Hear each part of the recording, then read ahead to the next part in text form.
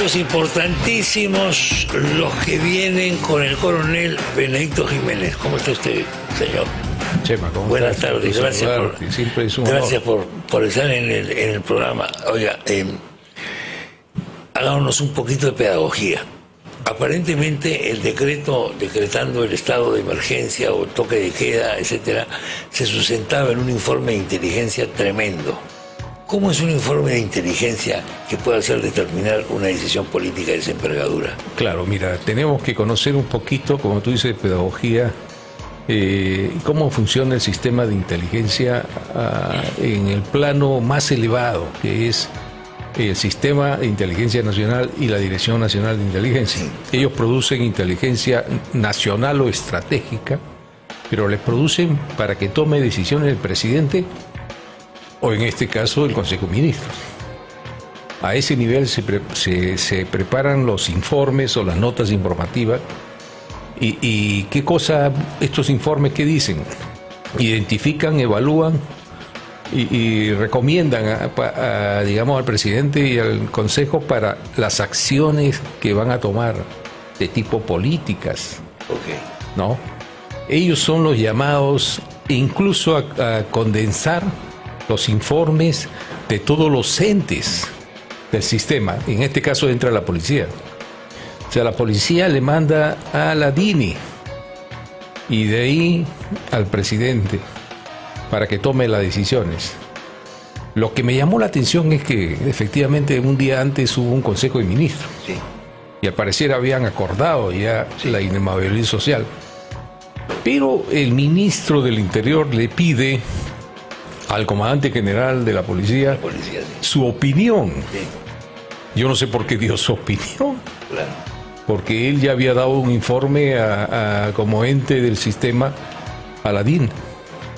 O sea, para mí que estaba de más, porque a la final es, ahora que se busca responsables de quiénes fueron los que le hicieron meter las 4 prácticamente al presidente, la policía, dice.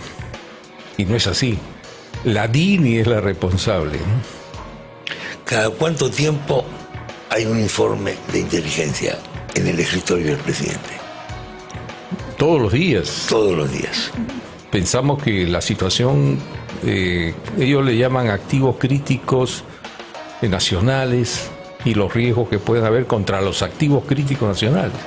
Y en este momento pues hay 203 conflictos sociales más o menos. Conflictos sociales como nunca se han juntado. Claro, y hay muchos que están latentes y otros que ya han explosionado. Entonces todos los días debe tener sus notas informativas donde se identifica, se evalúa y se recomienda las decisiones que debe tomar el presidente. En la pantalla estamos viendo el rostro que ahora se está haciendo cada vez más conocido o popular del señor Henry Shimabukuro Guevara. Este personaje parece ser que está adquiriendo un relieve muy importante en el Palacio y al lado del presidente. Y es prácticamente un asesor informal por el momento, pero que puede resultar decisivo. Y él es integrante de la Dirección Nacional de Inteligencia. O sea, la Dirección Nacional de Inteligencia puede enviar una persona como asesor. Hay un decreto legislativo 1141, ¿no? Que es de fortalecimiento y modernización del Sistema Nacional de Inteligencia, que tiene ya algunos años, ¿no? En un artículo 17 inciso 1710, habla de que puede crearse oficinas de coordinación y especies de enlaces interinstitucionales de la DINA con las entidades del Estado, incluso privadas, para hacer intercambio de información. Entonces, por ejemplo, si estamos hablando de esto de la inmovilidad social, este señor tiene que haber tenido conocimiento. Sí, sin duda. Porque él es un enlace interinstitucional y las notas llegan por ese nivel. Él es nombrado por la DINA, pero a propuesta del ente gestor, del ente en este caso de la presidencia o del Consejo de Ministros. Ellos proponen, dicen, yo quiero que este sea un enlace interinstitucional, porque hay unas normas técnicas, José María, que dice de que solo se requieren 2 requisitos: que sea peruano y que tenga acceso directo al jefe de la entidad, en este caso el presidente. Yo no sé cómo ha llegado él a tener ese acceso directo al presidente. Muchos de estos personajes que deben ser funcionarios o servidores no aparecen en la lista del Estado como funcionarios. Entonces, ¿qué cosa dicen ellos? Yo no cobro nada, no me pagan nada, como dice Salaverry, dice, no me pagan nada, pero se mueven en el orbe del poder. Y ellos tienen sus negociados, tienen sus empresas, tienen todo. Imagínate. Es una oportunidad de negocios única. Única, estar en el orbe del poder, claro. ¿Usted ha tenido esa posibilidad? No, es muy difícil estar en el entorno del presidente, pues, ¿no? Imagínate tú, ese Shimabukuro. Claro, Shimabukuro quizás no cobra nada, pero no necesita cobrar, pues. Es un hombre importante, porque incluso tiene para hacer visitas institucionales. Puede reunirse, puede dar charlas, capacitar.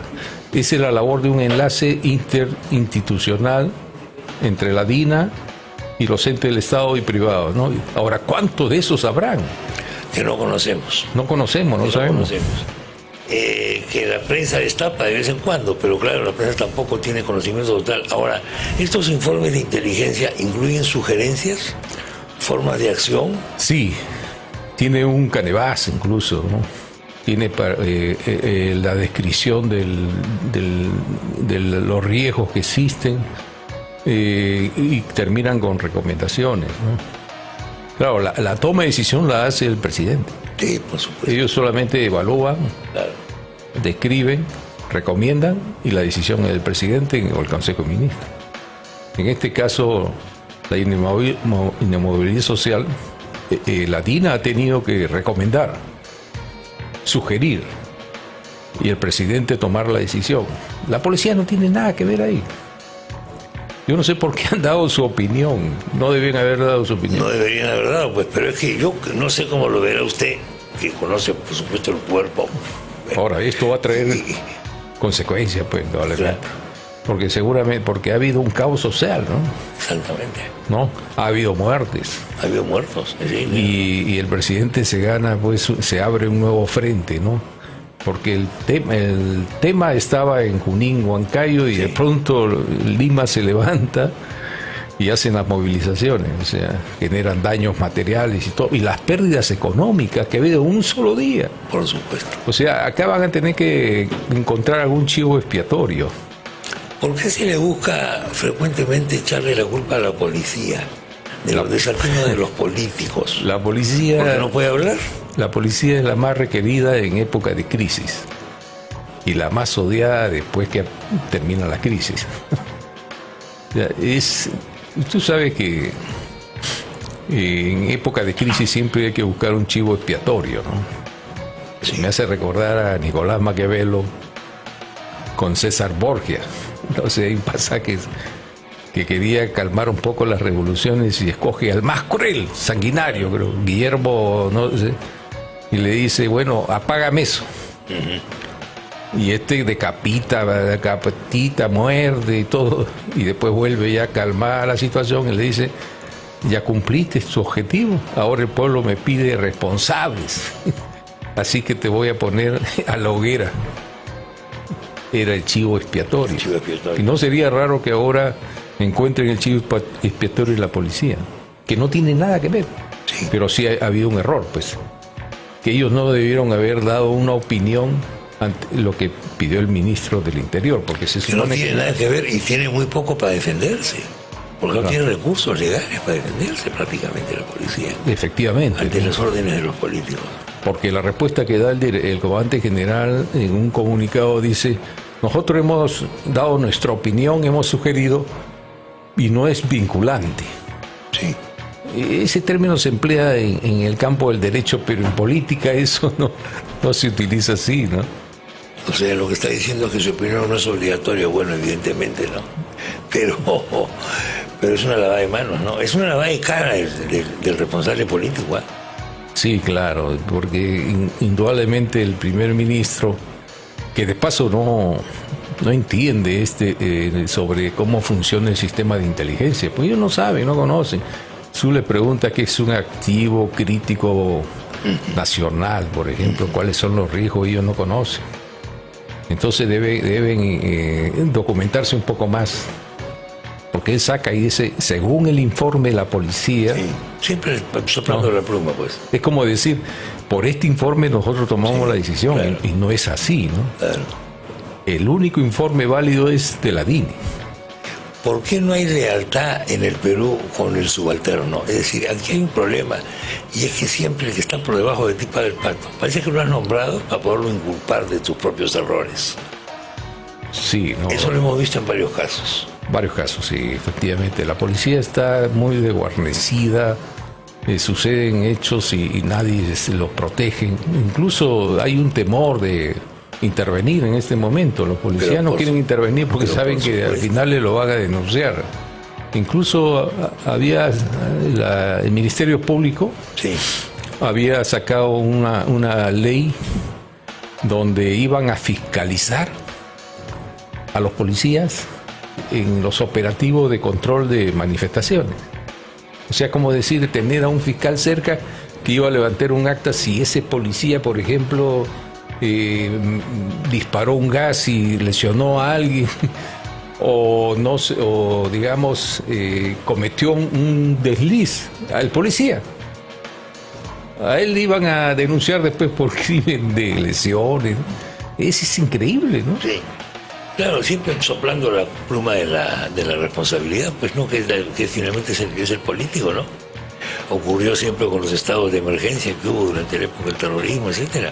Al final tú estabas ahí porque te mandaba el político de turno, no porque tú querías ir a hacer la paz por tu cuenta. Esta medida del estado de emergencia en las carreteras, ¿qué significa? Esto se da después de levantar esta medida de la inamovilidad social. Sí. Es como decir, levantamos esto, pero seguimos 30 días con otra medida de estado de emergencia de la red vial nacional, que suspende la libertad de tránsito, de reunión y la libertad personal. Es otra forma nada más, es otro matiz, ¿no? Ya no de inamovilidad, sino vamos a suspender las garantías a través de el estado de emergencia, pero eso no va a funcionar en los hechos, pues. Como tampoco funcionó la inamovilidad social. Por supuesto. Pero es una salida un poco descabellada, irrazonable, ¿no? No tiene sentido, ¿no? ¿Cuántos policías se necesita para controlar la red vial nacional? Imagínate. ¿Cuántos millones de policías necesitan? No hay la capacidad.